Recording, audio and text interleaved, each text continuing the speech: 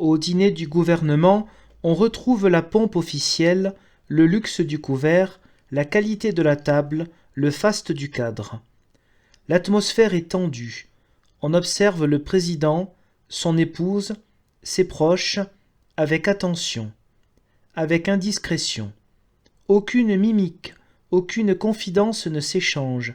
Chacun est sur ses gardes, soucieux d'éviter une imprudence, un faux pas qui donnerait à penser qu'il s'éloigne du pouvoir en place ou se rapproche de tel ou tel des prétendants en lice. Tous font comme s'ils n'avaient pas à l'esprit la même question. Le moment est-il venu? Jusqu'à quand Pompidou va-t-il tenir? Qui est le mieux à même de lui succéder? Un malaise pèse sur la soirée. Pour moi, je me garde d'afficher une gaieté artificielle comme de manifester une quelconque inquiétude.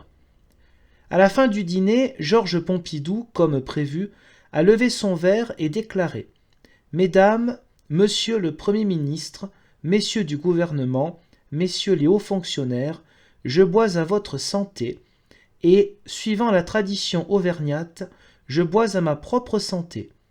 J'ai d'ailleurs été très touché de l'intérêt de ceux qui s'en sont inquiétés ces jours derniers. » L'atmosphère se détend, on rit fort, un peu trop fort.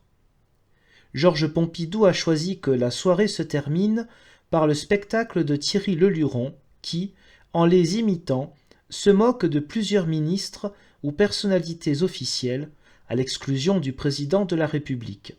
Celui-ci, très détendu, s'amuse aux dépens de ceux dont il connaît les ambitions et les intrigues qui lui compliquent la tâche, comme s'il avait chargé Thierry Leluron de leur faire publiquement la leçon en les incitant au respect des convenances. Dans la salle, tout le monde ne riait pas, certains trouvant peut-être que le spectacle franchissait, à leur détriment, les limites du bon goût. Moment cruel, digne d'une tragédie. Le lendemain, la presse relève que Pompidou affichait une forme que tout le monde constata et nota avec plaisir. Le but était atteint, même si le plaisir ne fut pas partagé par tous.